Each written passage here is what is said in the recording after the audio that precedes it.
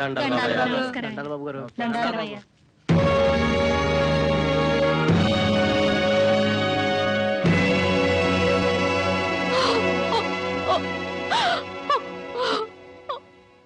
మొదలు పెట్టండి. జరిగిందేంటో అయ్యగారికి వివరంగా చెప్పుకోండి.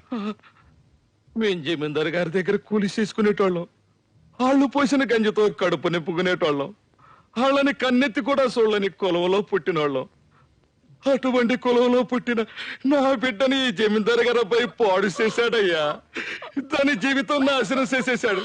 ధర్మ ప్రభులు, దానికి న్యాయం మీరే చెయ్యాలి బాబయ్యా.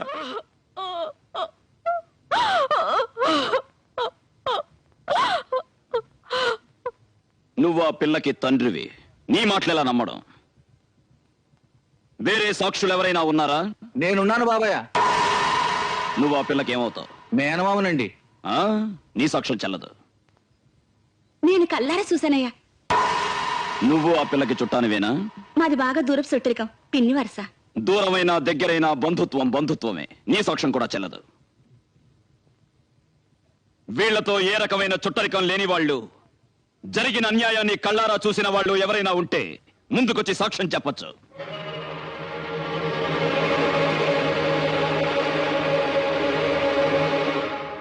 మీరెవ్వరికీ భయపడాల్సిన అవసరం లేదు. మనమందరం భయపడాల్సింది ఆ భగవంతుడికి, మన మనస్సాక్షికి. చెప్పండి.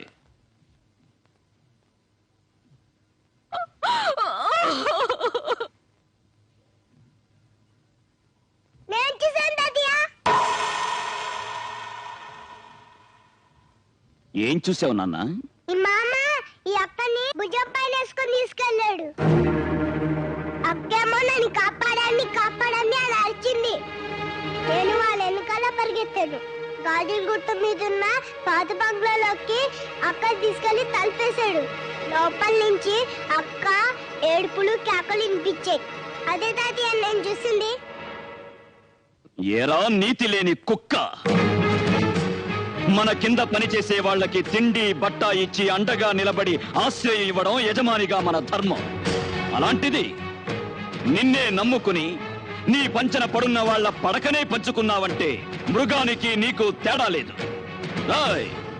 అయ్యా, గుళ్ళోకెళ్ళి అమ్మవారి పసుపు తాడు పట్రా. అట్టగలయ్యా. ఇదిగో అమ్మాయి, ఇలా రా. ఏ చేతులతో అయితే ఆ అమ్మాయి జీవితాన్ని నాశనం చేశావో అదే చేతులతో ఆ అమ్మాయి మెళ్ళలో తాళి కట్టి కొత్త జీవితాన్ని ఇవ్వు. ఇదే ఈ పాపారాయుడు తీర్పు. పాపారాయుడు, నీ తీర్పు మార్చు.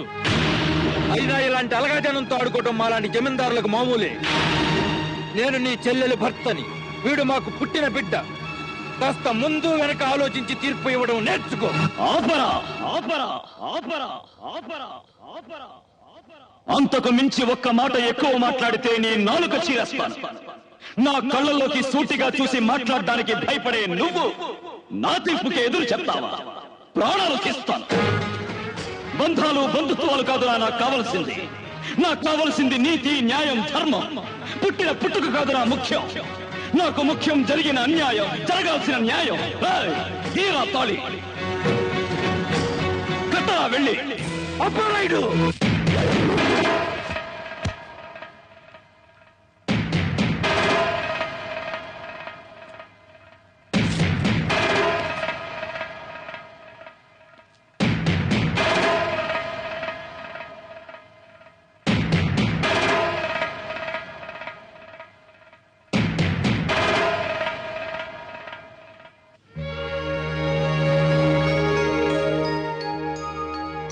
ఆ ఇంట్లో నీకే లోటు జరిగినా ఈ పాపారాయుడున్నాడన్న సంగతి మర్చిపోకు. పాపారాయుడు గారికి, పాపారాయుడు గారికి, పాపారాయుడు గారికి, పాపారాయుడు గారికి, పాపారాయుడు గారికి, పాపారాయుడు గారికి, పాపారాయుడు గారికి, పాపారాయుడు గారికి, పాపారాయుడు గారికి.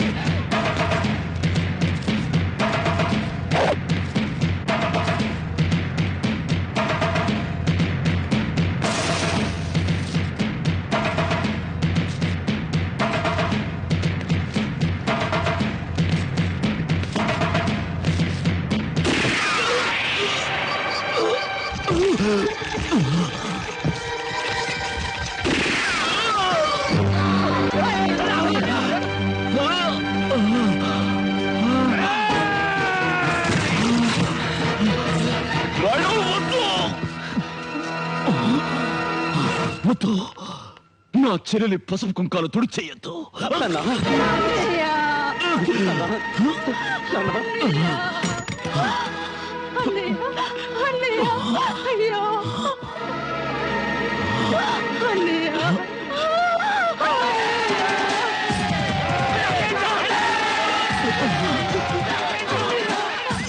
ఆగండి! ఎవరు వాణ్ణి తాకటానికి వీల్లేదు. చేసిన తప్పుకు వాడు శిక్ష అనుభవించే తీరాలి. ఈ రోజు నుంచి వాణ్ణి వాడి కుటుంబాన్ని 18 ఏళ్ల పాటు ఈ ఊరి నుండి వెలేస్తున్నాను. వాళ్ళతో ఎవరు మాట్లాడకూడదు. వాళ్ళింటి మంచి చెడ్లకు ఎవరు వెళ్ళకూడదు. ఆఖరికి వాళ్ళింట్లో పచ్చి మంచినీళ్లు కూడా ముట్టుకోకూడదు. దీన్నెవరు అతిక్రమించినా వాళ్ళకు కూడా ఇదే శిక్ష వర్తిస్తుంది. ఇదే ఈ పాపారాయుడు తీర్పు.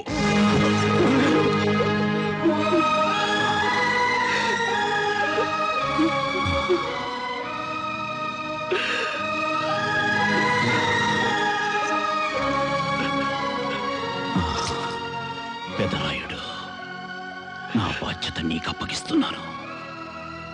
తీర్పు చెప్పేవాడి దృష్టిలో అందరూ ఒక్కటే. న్యాయం మన ఊపిరి, ధర్మం మన ప్రాణం. ఎప్పుడైతే మనం తప్పుడు తీర్పిచ్చామో ఆ క్షణమే మనం చచ్చిపోయినట్టు లెక్క. గుర్తుంచుకో.